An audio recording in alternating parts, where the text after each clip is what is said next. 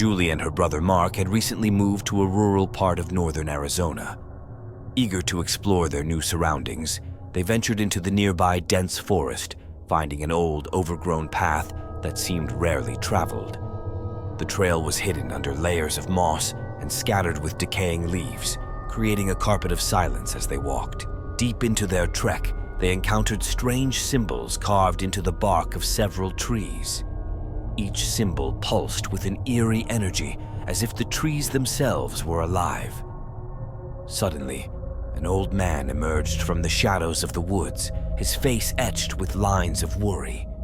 He urged them to leave before nightfall, muttering about skinwalkers haunting the area.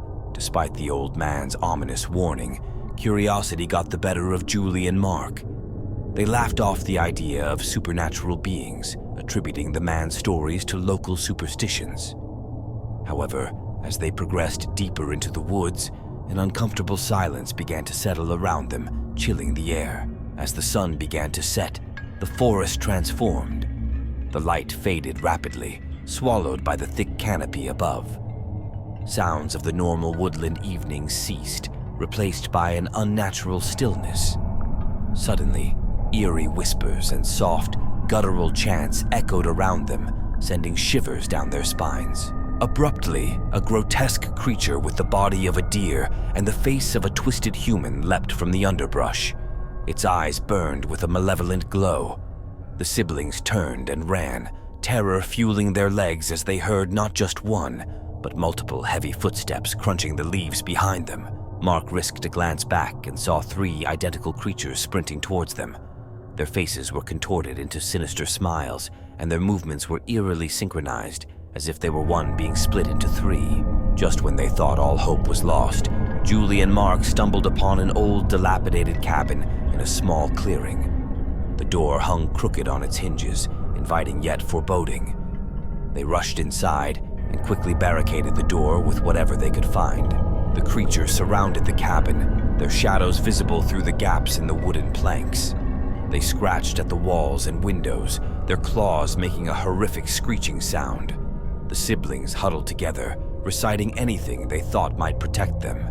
Throughout the night, the Skinwalkers mimicked voices from the siblings' past, including their late mothers, beckoning them to come outside. Each call was more emotionally tormenting than the last, testing their resolve to remain hidden. As the first rays of dawn penetrated the gloom, the terrifying noises abruptly stopped.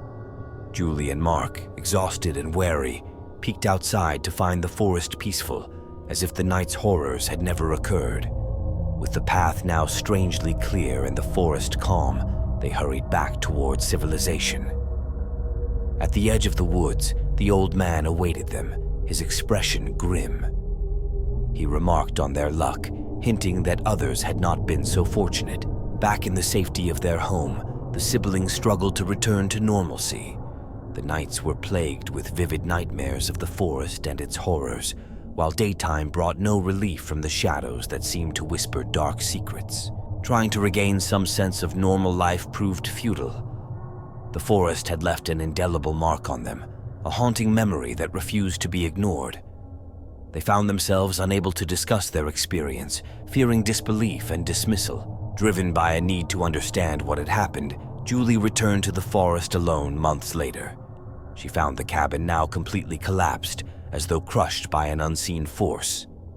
The old man's warnings rang in her ears, a chilling reminder of the power of the unseen. Even after leaving the forest for the last time, Julie felt its presence in her life. She woke often from sleep, hearing her mother's voice calling to her from just outside her window. It seemed the forest, and perhaps the Skinwalkers themselves, had not finished with her yet.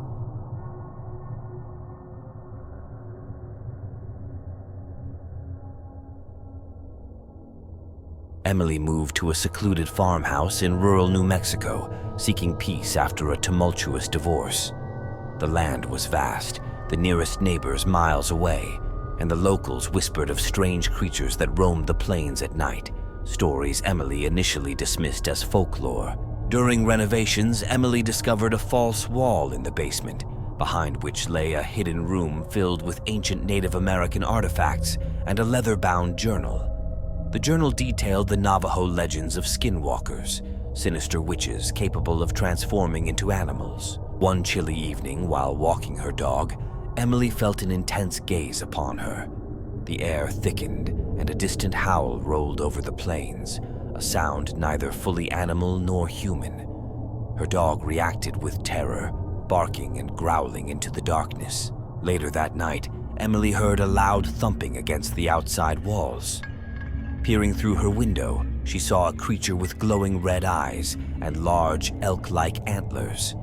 It stood upright, its gaze penetrating the glass, looking directly at her. Frightened yet determined, Emily spent the following days studying the journal. She learned of a protective amulet supposedly buried with the property's last owner, a medicine man known for his battles with skinwalkers. Guided by the full moon, Emily dug near an ancient oak where the medicine man was rumored to be buried. As she dug, the normal sounds of the night faded into an oppressive silence, heightening her sense of dread. Emily's fingers brushed against something cold and metallic. She unearthed a turquoise amulet, its surface etched with ancient symbols. It radiated a faint warmth, as if imbued with a protective spirit. Clutching the amulet, Emily faced the creature as it appeared once again. Holding out the amulet, she felt a surge of energy pass through her, causing the creature to recoil in pain and vanish into the darkness. With the amulet around her neck, Emily sensed a protective barrier around her. The creature circled the house, its howls echoing into the night, but it could not approach. The amulet's glow seemed to burn brighter with each of the creature's attempts. Emily endured a night of terror, listening as the creature tested every entrance to her home. It scratched and banged against the doors and windows, its howls a mix of anger and frustration. As dawn approached, the attacks ceased. Emily, exhausted but unharmed, watched the creature retreat into the fading darkness. She knew this was only the beginning of her journey with the Skinwalkers. Realizing she was not alone in her experiences, Emily reached out to her neighbors, discovering that many had faced similar encounters but were too afraid to speak out. Together, they formed a network, sharing knowledge and ways to protect themselves. Emily learned to respect and understand the ancient forces at play around her home. She adapted to the rhythms of the land, finding a new purpose as a guardian of the old ways, respected by those who once feared the night. Over time, Emily became a symbol of protection in her community. The Skinwalkers, recognizing the power of her amulet and her resolve, kept their distance, respecting the boundaries she set. Emily lived in harmony with the land and its mystical inhabitants. Though she always kept the amulet close, life found a new, peaceful rhythm. She remained vigilant, forever guarding the delicate truce between her world and the supernatural.